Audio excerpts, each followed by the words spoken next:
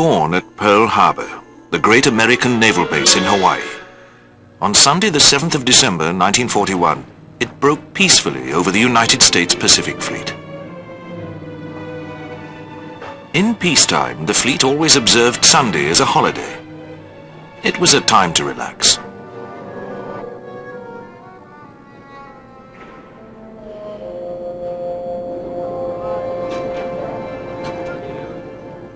Pearl Harbor was defenseless.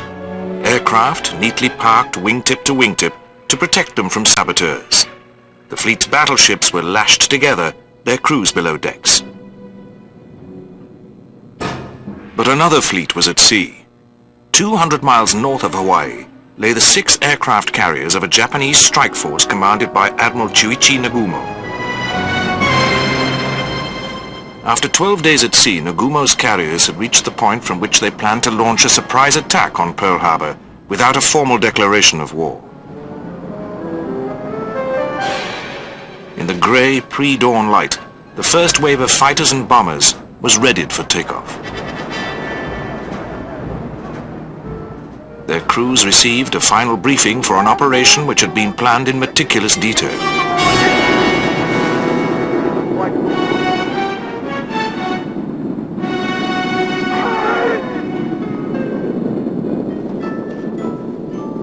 The first wave of 183 bombers and fighter escorts took off at 6 a.m.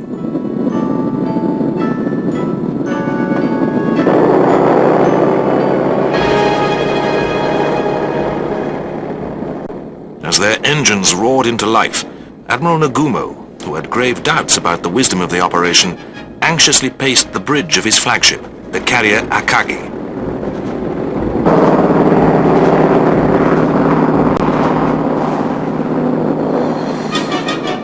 In the next 15 minutes, and with the loss of only 1 aircraft, the first wave struggled off the pitching decks of the carriers. Within 45 minutes, the second wave of 132 bombers had been brought up on deck and launched.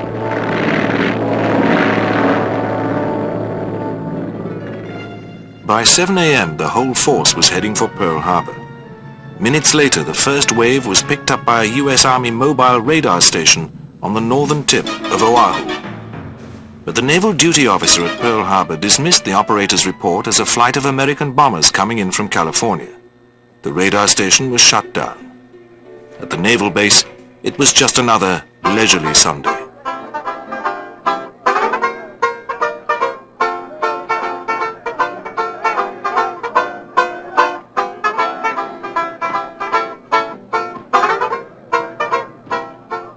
Then, at 7:55, the silence was shattered by the roar of the approaching Japanese torpedo planes, flying low across the harbor on their attack runs.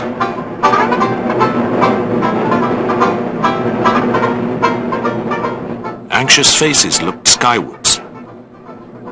What kind of a drill was this?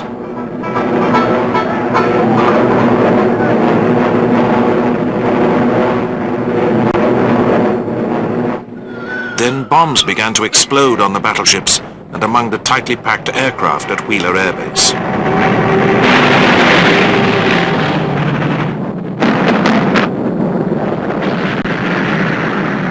This was no drill. Within minutes, the first attack was over. More than 300 aircraft had been destroyed on the ground.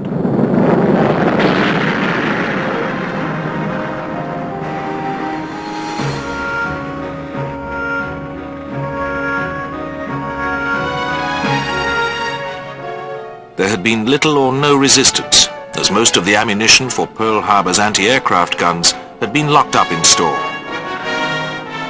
The brutal transition from peace to war left Pearl Harbor's defenders initially paralyzed.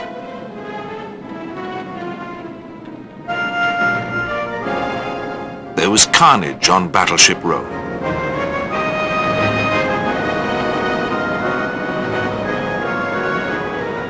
West Virginia, hit by 6 torpedoes, settled into the mud. A bomb exploded in Arizona's forward magazine, capsizing her and trapping 1,000 men below decks. Oklahoma turned turtle. California, struck by bombs and torpedoes, was disabled. Maryland and Tennessee, protected from the torpedoes by Oklahoma and West Virginia, were hit by bombs. Burning debris from Arizona also started a series of fires on Tennessee.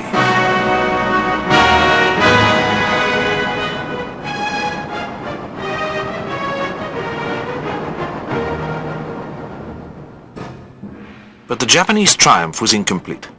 The Pacific Fleet's 3 carriers were all on missions away from Pearl Harbor. As his aircraft returned, Nagumo's pilots begged him to launch a second strike against Pearl Harbor's intact dock and oil storage facilities. But fearful that the missing American aircraft carriers might be bearing down on him, the strike force commander ordered a withdrawal. His overall losses had been only 29 aircraft shot down or ditched while returning, but he had not finished the job.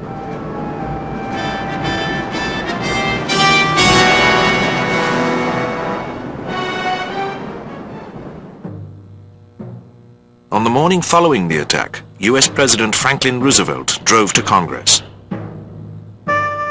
Speaking of a day of infamy, he urged an immediate response. That the Congress declare that since the unprovoked and dastardly attack by Japan on Sunday, December 7, 1941, a state of war has existed between the United States and the Japanese Empire.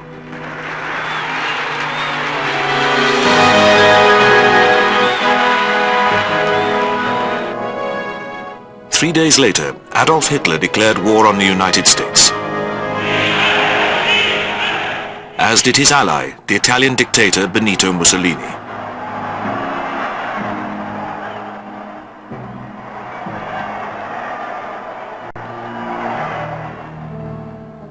The British had declared war on Japan on the 8th of December.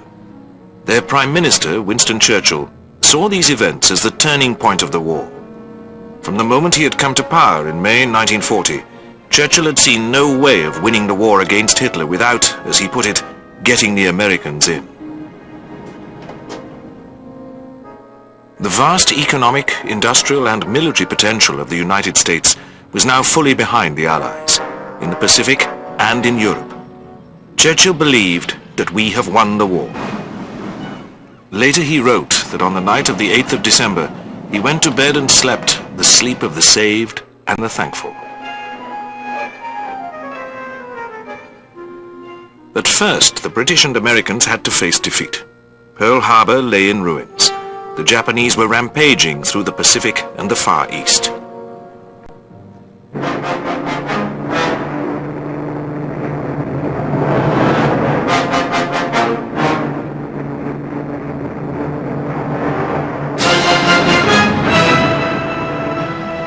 The Americans were driven into the Bataan Peninsula in the Philippines, where they surrendered. In Malaya, the Japanese 25th Army raced down the peninsula towards the strategic prize of Singapore. Everywhere, resistance collapsed. Singapore fell on the 14th of February, 1942. Then the Japanese pursued the retreating British through Burma to the borders of India. In the north, they threatened the approaches to Alaska. In the south, they menaced Australia. In a 6-month Oriental blitzkrieg, they had carved out an empire which put even Hitler's conquests in the shade.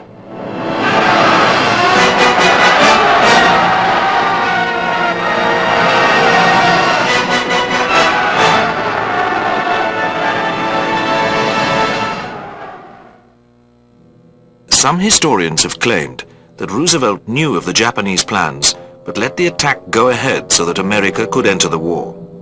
But was he a mere pawn in a deadly intelligence game that achieved the same result? The road to war in the Far East had begun in Geneva as far back as 1932, when the League of Nations demanded that the Japanese hand back to China the province of Manchuria, which they had conquered by force. The Japanese response was simple. Japan, however, finds it impossible to accept the report adopted by the Assembly. Then her representatives walked out of the League of Nations.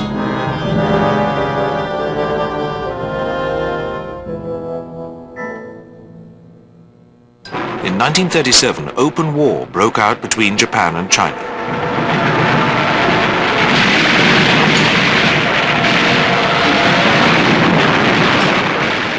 By 1940, the Japanese had taken control of China's coastline and large tracts of the interior. It was not until September 1940 that President Roosevelt decided to halt the Japanese advance. He chose an economic weapon, an embargo on rubber and oil exports to Japan. The Japanese had no resources of their own. The embargo placed them in a tightening stranglehold. They were faced with a stark choice: humiliating retreat from their Chinese conquests, or the launching of an all-out war to seize the economic wealth of the Pacific and the Far East, which would make Japan self-sufficient.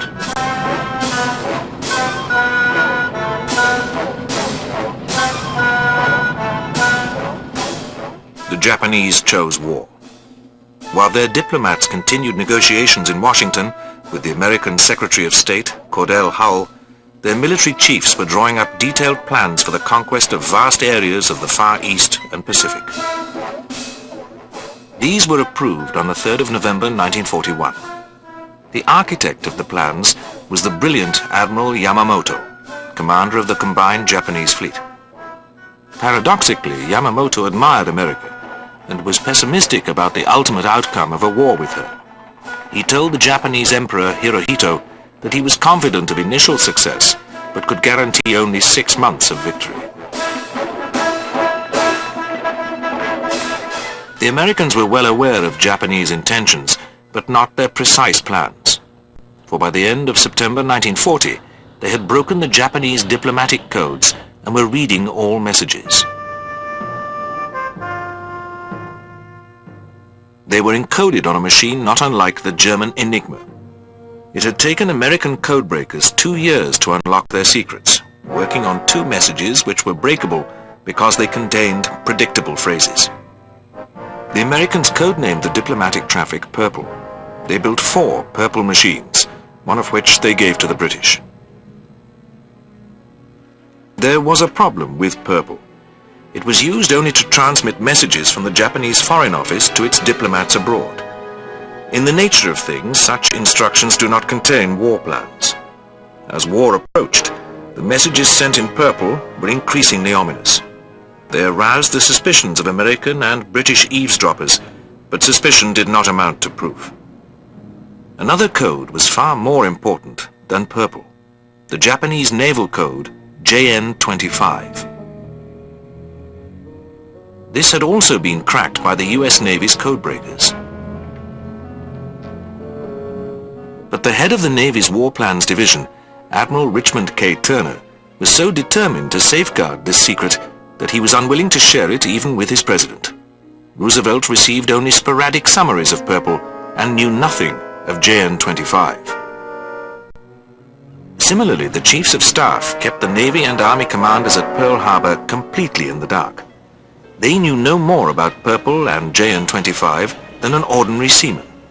This allowed a dangerous complacency to creep into their readiness to meet a sudden attack. Someone else who did know all about JN-25 was Winston Churchill. From the autumn of 1939, Japanese naval signals had been routinely intercepted and read by British and Australian codebreakers stationed in the Far East and at the Government Code and Cipher School outside London at Bletchley Park. At this point, the British did not share this information with the Americans. Churchill was not satisfied with the odd summary of JN-25 derived material.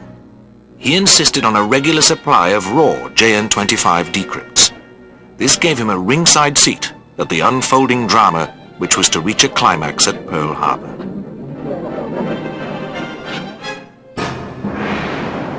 It has often been said that 2 factors enabled the Japanese to achieve total surprise. First, they observed strict radio silence while the strike force assembled in Tankan Bay in the Kuril Islands off northeastern Japan. Second, the strike force approached Pearl Harbor inside one of the huge weather fronts which regularly sweep across the Pacific at warship speed. This technique, long practiced by the Japanese, concealed their fleet from the prying eyes of American air and sea reconnaissance.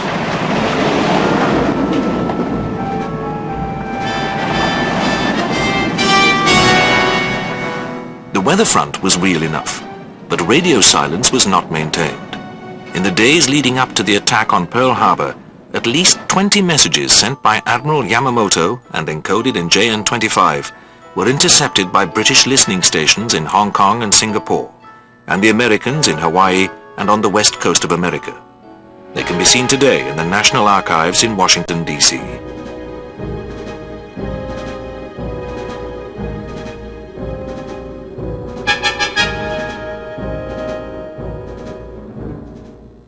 By the 7th of November, accumulating intercepts of purple traffic had convinced the Americans that the 25th of November was a key date in Japanese negotiations, possibly the point of no return, after which they would be committed to war. On the 25th of November, British codebreakers decrypted a set of JN-25 instructions from Yamamoto telling the strike force to move out of Tankan Bay to its standing off position and complete refueling. The message prefixes showed that the force contained aircraft carriers. But where was it heading? If south, to link up with an attack on the Philippines or Malaya, it would be spotted by American and British air patrols. Or the strike force could be heading due east, where the only target of importance was Pearl Harbor, the destruction of which would require carriers.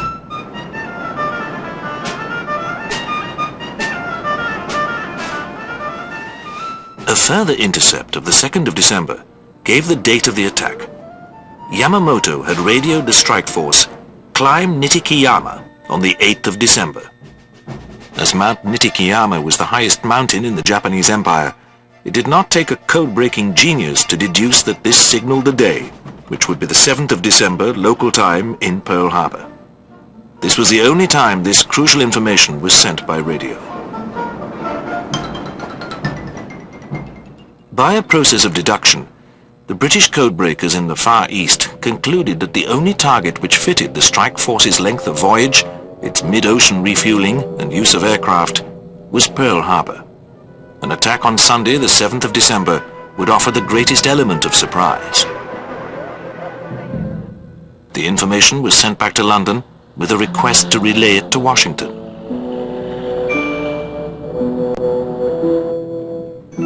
The information got no farther than Churchill.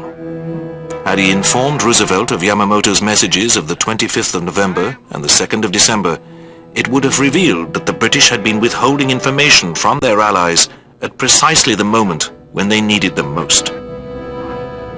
Had Roosevelt received the information and acted upon it, he would have had time to set a trap to destroy Nagumo's carriers or to turn them back. This might have delayed America's entry into a war which Churchill desperately wanted them to join. American action would also have alerted the Japanese to the fact that their codes had been broken. This would have been a disaster for the British in the Far East, where they were faced with the possibility of fighting the Japanese alone.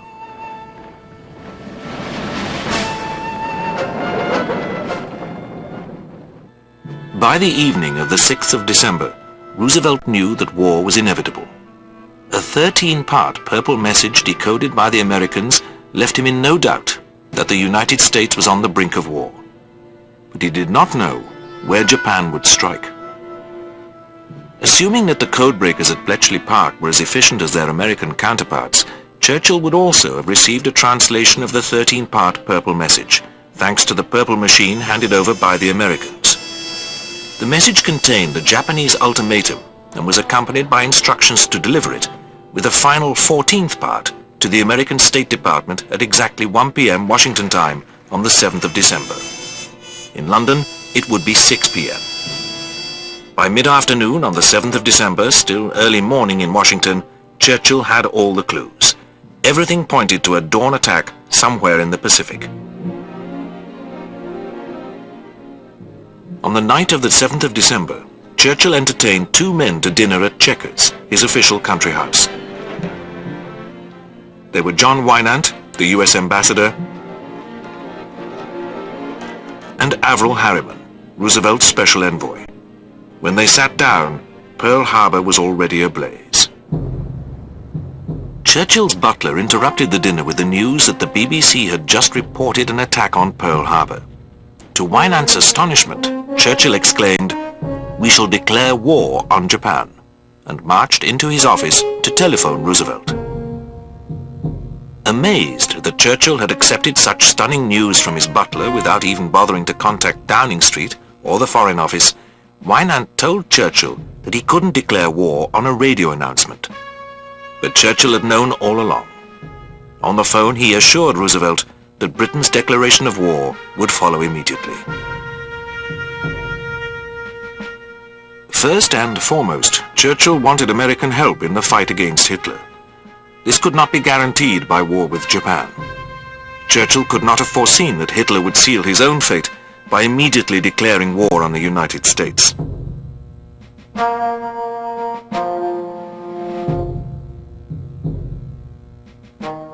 Two months after Pearl Harbor, the British suffered one of the greatest military disasters in their history when Singapore fell to the Japanese. Over 100,000 British and Commonwealth troops were taken prisoner. Churchill survived, but the commanders at Pearl Harbor, General Short and Admiral Kimmel, were made scapegoats for American unpreparedness. At the subsequent congressional hearings, Short protested at his treatment. I appeared before the Pearl Harbor Board, but again was not permitted to hear the other witnesses, nor was given the privilege of cross-examination. Kimmel told the hearings, "We needed one thing, which our own resources could not make available to us. That vital need was the information available in Washington from the intercepted dispatches, which told when and where Japan would probably strike. I did not get this information." By the time Kimmel spoke out, the US Navy, which had done so little with its JN-25 intercepts, had initiated a thoroughgoing cover-up. On Admiral Turner's orders, all evidence of the breaking of JN-25 before Pearl Harbor was removed. Today, the Arizona remains as a memorial to the men and women who died at Pearl Harbor. She is the resting place for 1,177 officers and men entombed below, when death came so suddenly on that sunny Sunday morning in 1941.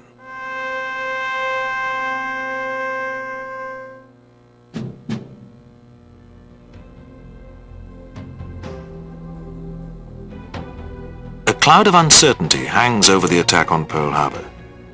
Almost certainly, Churchill was briefly in possession of information which pinpointed the time and place of the Japanese onslaught.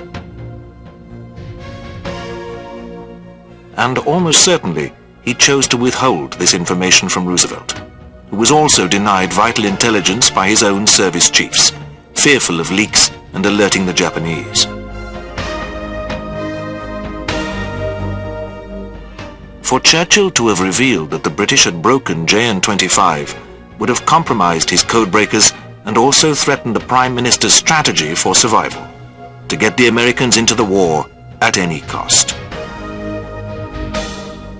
The immediate cost was defeat, but the ultimate prize for Roosevelt and for Churchill was victory over Germany and Japan.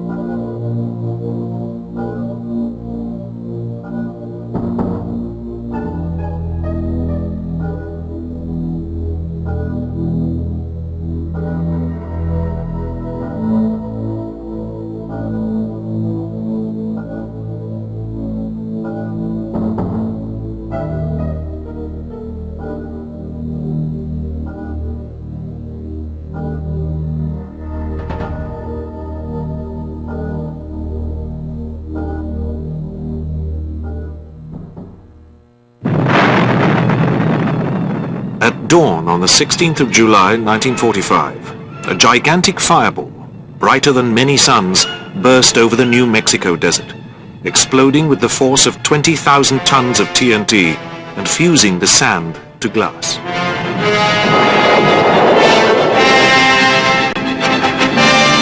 After the searing flash, a giant mushroom cloud boiled 40,000 feet into the sky. It was a symbol of a new era, the atomic age.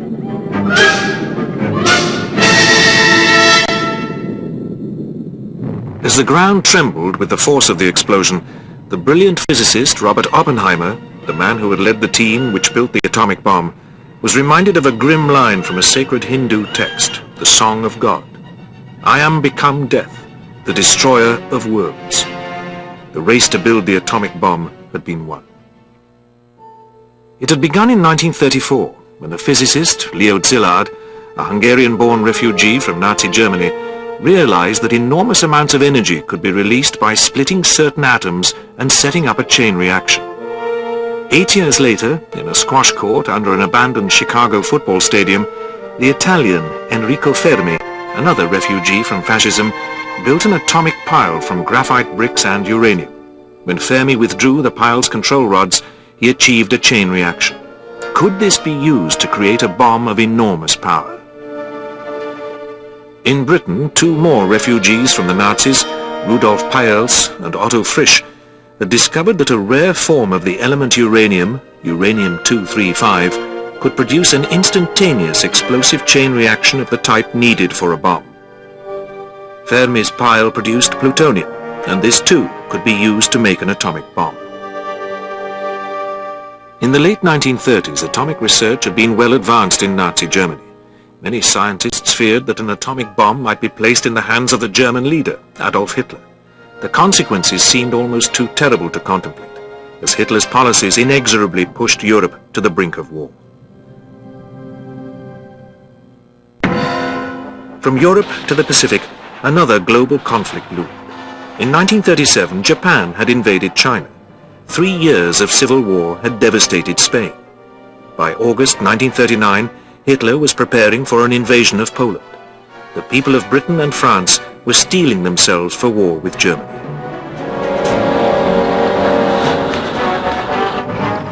It came on the 1st of September 1939, when German tanks rolled across the Polish frontier. Ahead of them ranged the German Air Force. Poland was overwhelmed within 6 weeks. Hitler's blitzkrieg had begun.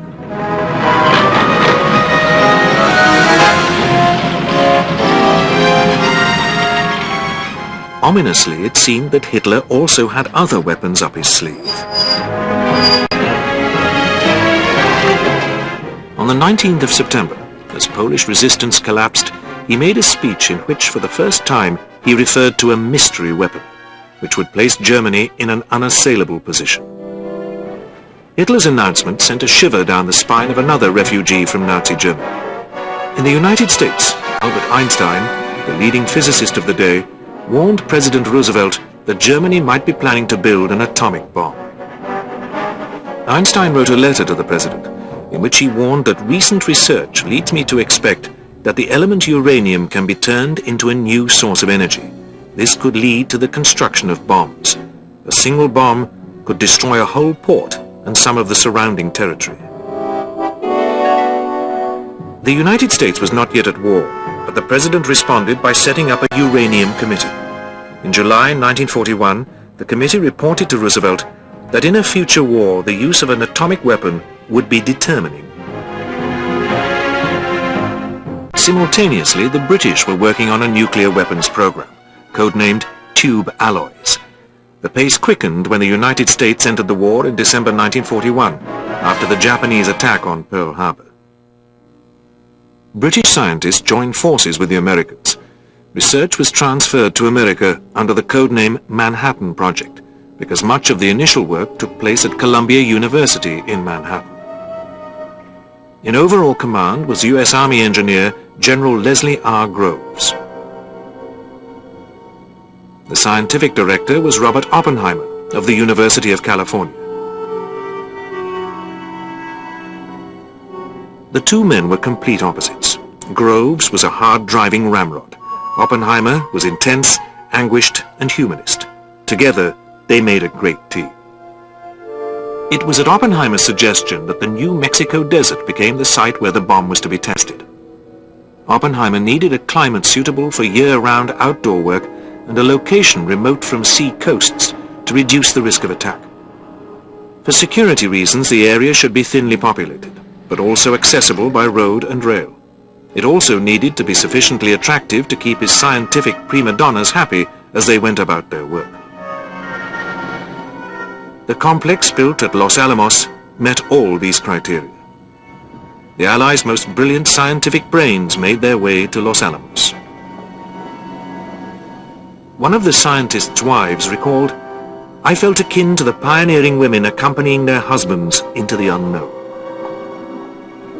At Oak Ridge, Tennessee, a vast factory complex covering over 100 square miles produced uranium-235. Plutonium was made in primitive nuclear reactors at Hanford, Washington State. By 1945, there were about 125,000 people working on the Manhattan Project at a cost of $2 billion.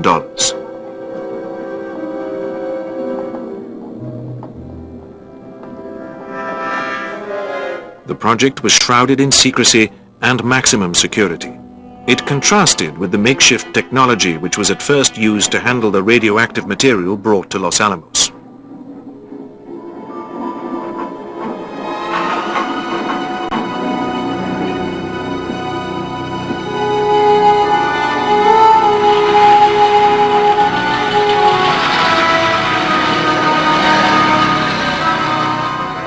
Government contracts for the manufacture of the bomb were heavily disguised as research into solar power and alternative fuels.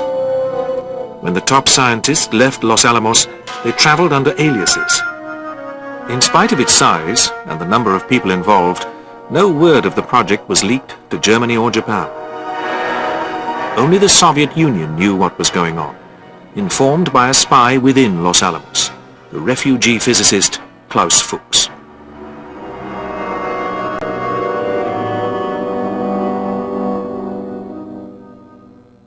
In the summer of 1945, a plutonium bomb was ready for testing. On the 11th of July, the two hemispheres of plutonium were taken to the test site, codenamed Trinity, in a sedan. The crew seemed eager to get rid of their strange cargo, even if they didn't know what it was. The device was assembled beneath a tower covered by a tent. It contained a hollow sphere surrounded by high explosive charges, which, when detonated, crushed the plutonium into a critical mass. No one, not even Oppenheimer, was sure that the bomb would work at all.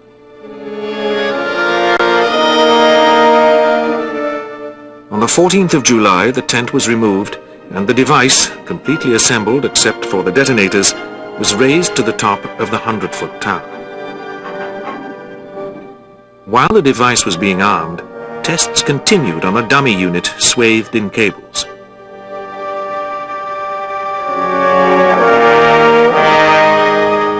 At 5:30 in the morning on the 16th of July, the switch was thrown in a control bunker 5 miles from the tower.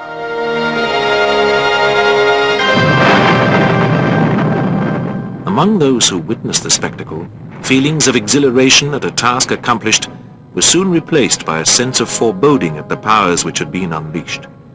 One of Oppenheimer's colleagues told him, "We're all sons of bitches now." 3 months earlier, in conditions of the utmost secrecy, an airfield had been built by American engineers on the Pacific island of Tinian. It was from Tinian that the atom raids on Japan were to be launched.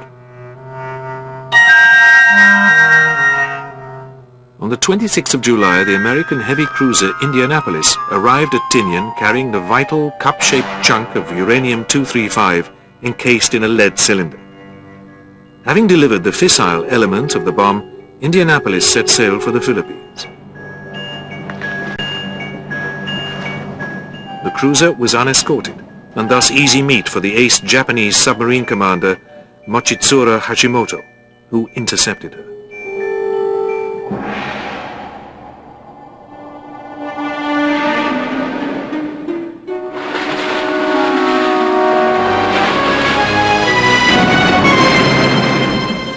Some 800 men survived the torpedoing, but the secrecy of the Indianapolis's mission meant that she went down without sending an SOS signal. 3 days passed before the US Navy realized that she was overdue. Drownings and shoals of sharks meant that only 484 men were taken from the water.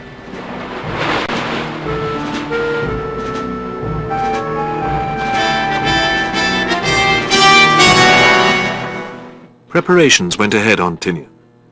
The bomb to be dropped was torpedo-shaped and nicknamed Little Boy.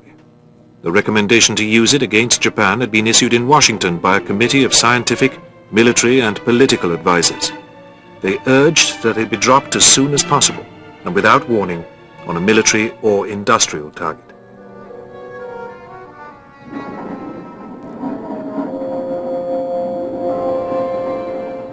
The men chosen to drop Little Boy were the crew of a B-29 bomber named Enola Gay, after the mother of its pilot, Captain Paul W. Tibbets.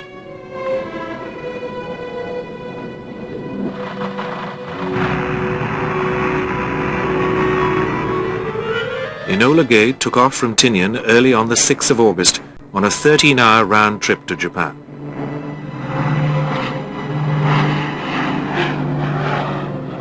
Her target was Hiroshima, a city beside Japan's inland sea. Enola Gay climbed to 31,000 feet on her bombing run.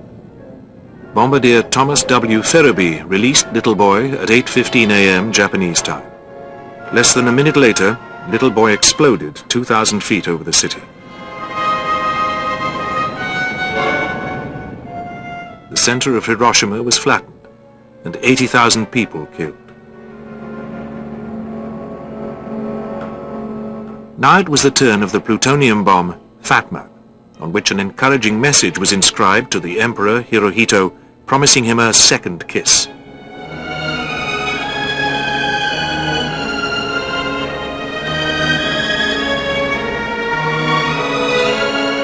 Fat Man was potentially even more destructive than Little Boy. The plutonium bomb was dropped on the port of Nagasaki on the 9th of August. In spite of its enormous power, the equivalent of 20,000 tons of TNT, the bomb caused less damage than Little Boy, because the hills around and in the city contained the blast.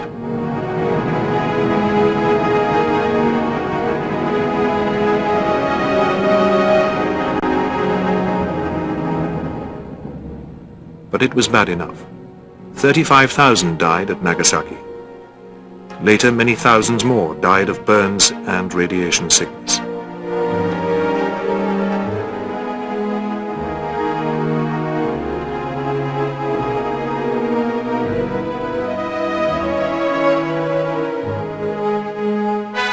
The secret of Los Alamos, so closely guarded for so long, was now out. On the 2nd of September 1945, aboard the battleship Missouri, anchored in Tokyo Bay, the Japanese formally surrendered to the Allies. The American General MacArthur declared, "These proceedings are now closed."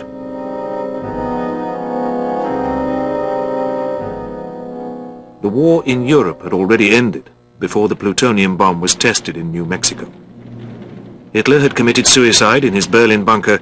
Allied soldiers combed the ruins for his remains.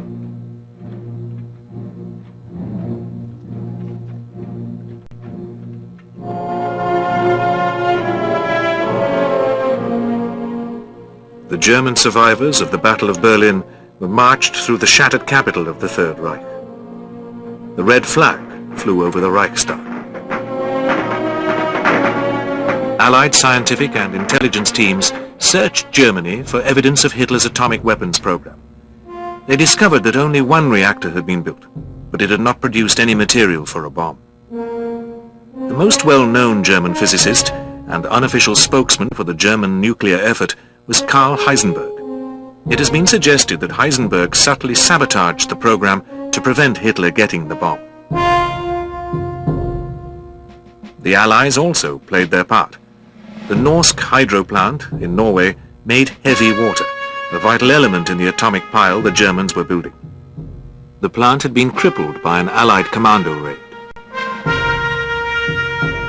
The strategic bombing campaign against the Reich had also delayed the German atomic program. Hitler himself had lent the Allies a hand.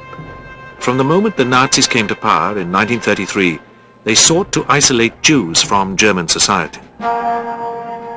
This led to outright persecution. Many leading scientists were driven into exile.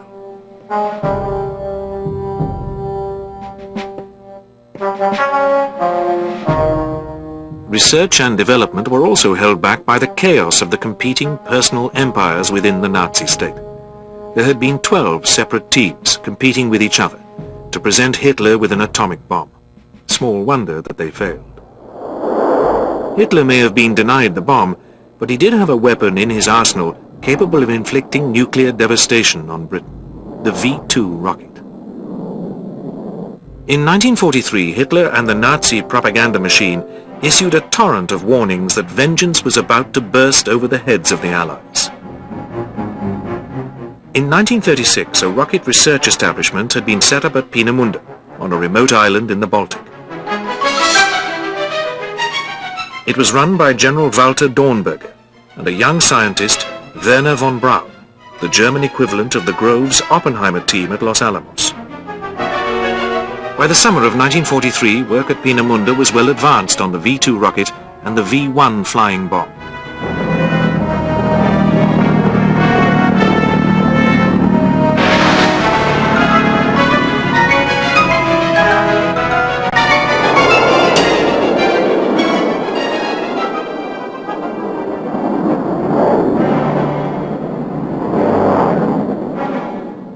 The program had had its ups and its downs.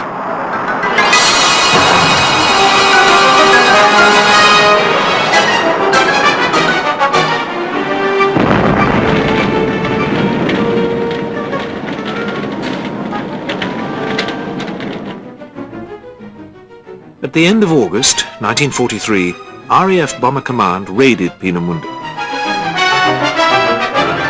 It was the only time that the full weight of Bomber Command was thrown against a single, small target.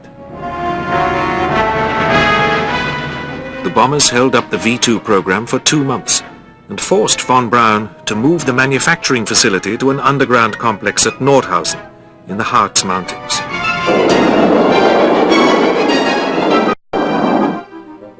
It was not until September 1944 that the first V2s were launched against Britain. The 12-ton rocket, running on alcohol and liquid oxygen, was not a particularly accurate weapon.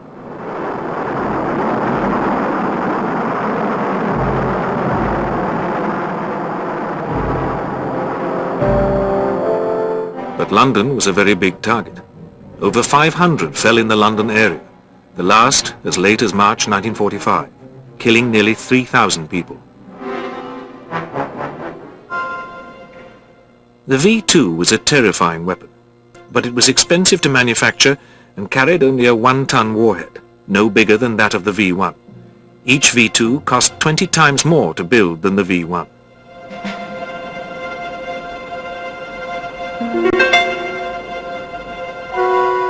Such a small payload could not justify the cost of developing and building the V2. The 5,000 tons of high explosive which could be delivered by 5,000 V2s seems puny compared with the 2 million tons of bombs dropped on Germany by Allied bombers. But was the V2 intended as the delivery vehicle for something far more devastating than high explosive? The answer to this riddle may lie in a number of massive sites in northern France, crumbling reinforced concrete hulks whose purpose remains cloaked in mystery. The V2 was transported on a vehicle which doubled as its launcher. It could be fired from almost any level piece of ground, making it very difficult to spot from the air. Northern France is dotted with simple V2 sites, nothing more than a concrete hardstanding near which the control vehicle was parked.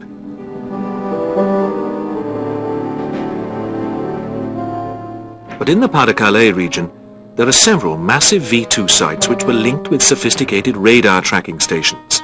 Some of them contained the first missile silos ever built. These complex sites were built in 1942 and 1943, possibly to house and arm a very special type of V2, modified to carry a radiation weapon in its warhead, highly radioactive material derived from the German atom program, which was mixed with fine sand.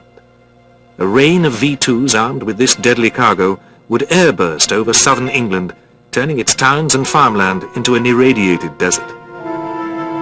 Work was also going ahead on a long-range V-2, capable of reaching the eastern seaboard of the United States. Such a technical achievement would have been undermined by arming long-range rockets merely with conventional one-ton warheads. The memoirs of Werner von Braun are strangely silent about the complex sites in the Pas-de-Calais. At the end of the war, von Braun was scooped up by the US intelligence and later played a vital role in the American space program. Perhaps he decided not to compromise his good fortune by telling the world that he had planned to make Boston or New York uninhabitable.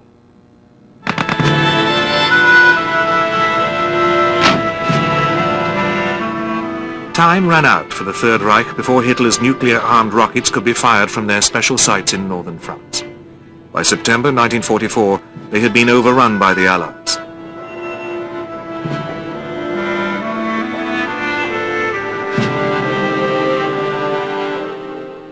But there was one last twist to the story of Germany's atomic program.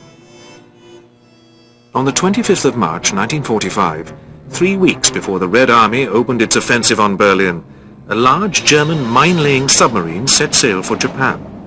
She had an interesting cargo: a dismantled Me-262 jet fighter and several Japanese officers. Stored in her mine shafts were a number of heavy lead boxes containing radioactive material for the Japanese, who had their own nuclear weapons program. One of the submarine's crew has claimed that the containers carried the label U-235. Uranium-235 is needed to trigger an explosive chain reaction.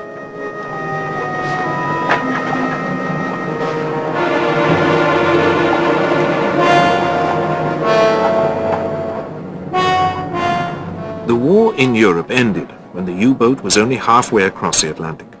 Her captain surrendered to an Allied destroyer. The Japanese committed suicide rather than compromise their mission. According to the US authorities, 56 kilograms of uranium oxide were unloaded from the U-boat. But uranium oxide emits no radiation.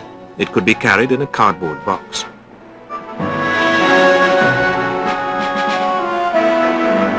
The Americans knew that the Japanese Navy had 3 specialized submarines, the largest in the world, each capable of carrying 2 catapult-launched aircraft with a bomb load of about 2,000 pounds.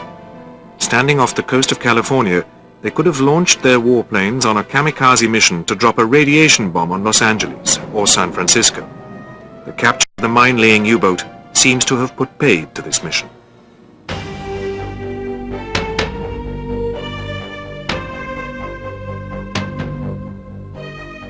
At the start of the Manhattan Project, General Groves had told the scientists working on the bomb, "Make it quicker without being caught and we'll have them. Don't, and they will have us." Thanks to his remarkable partnership with Oppenheimer, the Allies did get there first.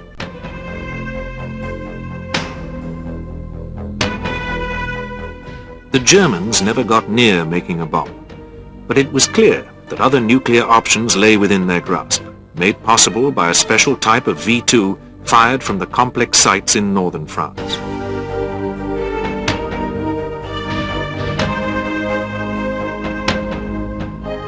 The Germans were supplying atom secrets to Japan. How many lead-lined containers had been delivered to the Japanese before May 1945? The Americans did not know. Perhaps the discovery of the U-boat's cargo accelerated the decision to drop the bomb on Hiroshima.